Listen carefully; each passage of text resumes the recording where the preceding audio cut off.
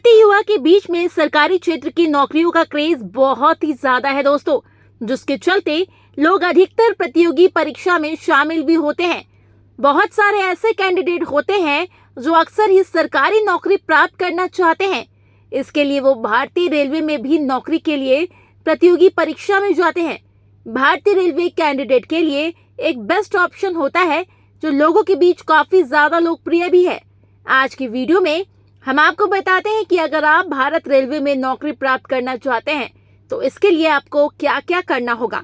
इसी के साथ आपको बताते हैं कि ग्रुप डी क्या होता है। रेलवे ग्रुप के विभाजन। सबसे पहले तो आपकी जानकारी के लिए बता दें, भारतीय रेलवे सेवा को 2 कैडर में विभाजित किया गया है। पहला होता है टेक्निकल और दूसरा होता है नॉन टेक्निकल। इसी के साथ साथ दोनों कैडर को 4 भागों में विभाजित किया जाता है, जो कि होते हैं group A, group B, group C और group D. RRB group D की जानकारी। रेलवे में ग्रुप डी में शूटर, सफाई वाला, ट्रैकमैन, चपरासी और ट्रैकर सहित कई अन्य पद शामिल किए जाते हैं। इसी के साथ आपको बता दें, railway board RRB group D भर्ती रीजन वाइज आयोजित करते हैं। इसीलिए आरआरबी ग्रुप डी रिक्तियों को जारी करने के साथ साथ नोटिफिकेशन भी सीजन वाइज ही जारी किए जाते हैं। ग्रुप डी की चयन की प्रक्रिया।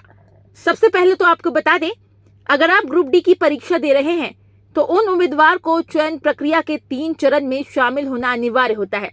सबसे पहले इसमें कंप्यूटर बेस्ड टेस्ट होता है।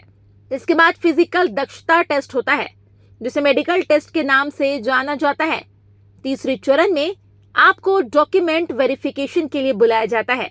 अब आपको इन सभी चरण के बारे में एक एक करके विस्तार पूर्वक जानकारी देते हैं। Computer based test.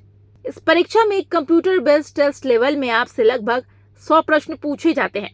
ये सीबीटी 100 अंक का होता है। इसमें नेगेटिव मार्किंग होती है। 3 सवाल गलत होने पर 1 अंक काटा जाता है। परीक्षा के लिए उम्मीदवार को 90 मिनट का समय दिया जाता है।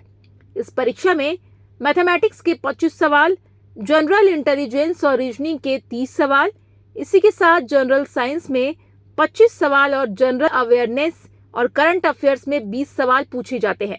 Medical test. इस चरण में केवल उन्हीं लोगों को बुलाया जाता है जो पहले चरण पास करते हैं। इसीलिए पहले चरण में पास होना अनिवार्य होता है और इस चरण में पास होना अनिवार्य होता है। इस टेस्ट में महिलाओं और पुरुष के मानक अलग अलग होते हैं।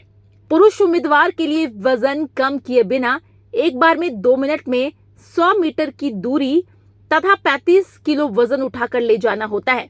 इसी के साथ उम्मीदवार को 4 से 15 मिनट में 1000 मीटर की दौड़ तय करनी होती है। महिला उम्मीदवार के लिए वजन कम किए बिना एक बार में 2 मिनट में 100 मीटर की दूरी तक 20 किलो वजन उठाकर ले जाना होता है। वहीं 5 मिनट 40 सेकेंड में 1000 मीटर की दूरी के लिए दौड़ने में सक्षम होता है। तीसरा चरण डॉक्यूमेंट वेरिफिकेशन। इस चरण में केवल उन उम्मीदवारों को ही बुलाया जाता है जो पिछले 2 चरण में पास होते हैं। इस चरण में रेलवे भर्ती बोर्ड में उम्मीदवार से जो भी दस्तावेज मांगे जाते हैं उन्हें वो सब लेकर जाने होते हैं। इसके बाद उनका फाइनल सिलेक्शन होता है और उन्हें ग्रुप डी के पद पर नियुक्त किया जाता है। आरआरबी ग्रुप डी सैलरी के साथ मिलते हैं इन भत्तों का लाभ। इसमें मकान किराए का भत्ता भी दिया जाता है। इसमें महंगाई भत्ता का लाभ भी दिया जाता है। इसी के साथ साथ यात्रा भत्ता का लाभ भी दिया जाता है। निश्चित परिवहन भत्ता का लाभ भी दिया जाता है। नाइट ड्यूटी के लिए भत्ता दिया जाता है। दैनिक भत्ता का लाभ भी दिया जाता है। इसमें ओवर टाइम का भत्ता भी दिया जाता है। इसमें सभी प्रकार की मेडिकल सुविधा के साथ साथ पेंशन सुविधा भी दी जाती है। आरआरबी ग्रुप डी में प्रमोशन की संभावनाएं। अगर आप भारतीय रेलवे में ग्रुप डी के तौर पर अपना करियर बनाने का विचार कर रहे हैं तो ये एक बेहतर ऑप्शन साबित हो सकता है, क्योंकि इसमें भर्ती के बाद आपको प्रमोशन बहुत सारे मिल जाते हैं। अगर ग्रुप डी के तौर पर आप कार्यरत सभी कर्मचारी लगातार 3 साल तक काम करते हैं तो लिखित परीक्षा के आधार प्राप्त अंकों की मदद से आपको प्रमोशन मिल जाता है। मैकेनिकल विभाग में असिस्टेंट वर्कशॉप पर अगर आप काम करते हैं तो इस पर आपको सुपरटेंडेंट पद पर प्रमोशन मिलता है। असिस्टेंट लोको शेड के जरिया को सेक्शन इंजीनियर पर प्रमोशन मिलता है। असिस्टेंट CNW के जरिए आपको सुपरिटेंडेंट पर प्रमोशन मिलता है।